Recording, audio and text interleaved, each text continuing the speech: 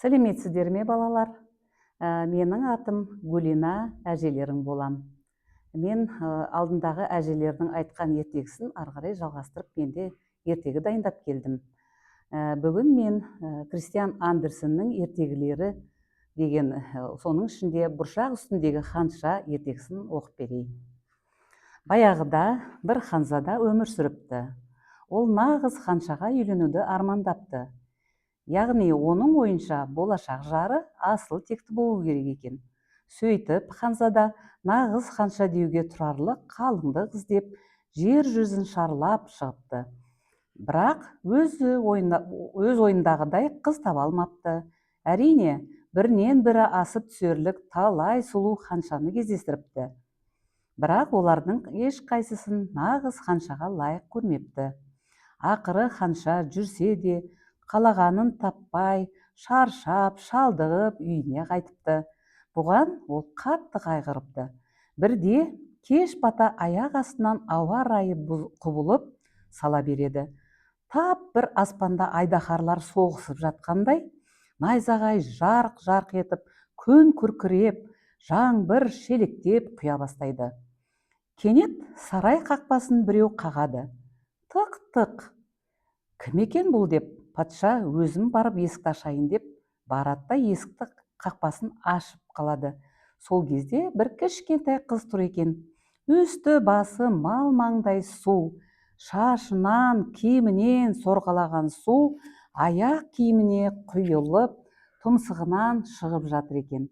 Құдайым-ай, сондағы ұсқынын көрсең ғой, қандай аянышты.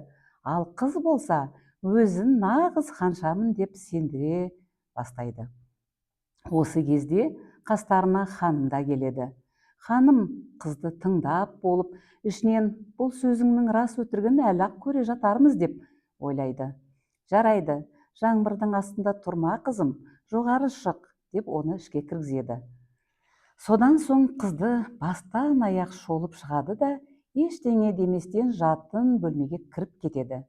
Ондағы ағаш кереуетке жиналған көрпе жастықтардың барлығын түсіртеді де астыңғы ағашының үстіне бұршақтың дәнін қойғызады. Сөйтеді де оның үстінен 20 қалың төсеніш және құстың мамығынан жасалған 20 көрпені салғызады. Түнде қарай қонақ ханшаны осы бөлмеге жатқызады. Ертесіне таң атып, ханзада да, ата-анасы да ұйқыдан оянады. Барлығы дастархан басына жиналады. Сәлден соң қонақ қыз да тұрады. Сол кезде одан қалай ұйықтағанын сұрайды. Сонда ол: сұрамаңыздар, мен тіпті түнімен көз ілмедім. Құдай біледі, менің төсегіме не болғанын. Не екенін білмеймін, әйтеуір бір қатты нәрсенің үстінде жаттым. Содан денемнің бәрі көгала қойдай көгеріп кетіпті. Айтары жоқ дейді.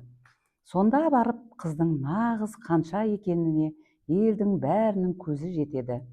Ол 40 қабат көрпе жастықта жатса да, бұршақ дәні жамбасына батып ұйықтамаған.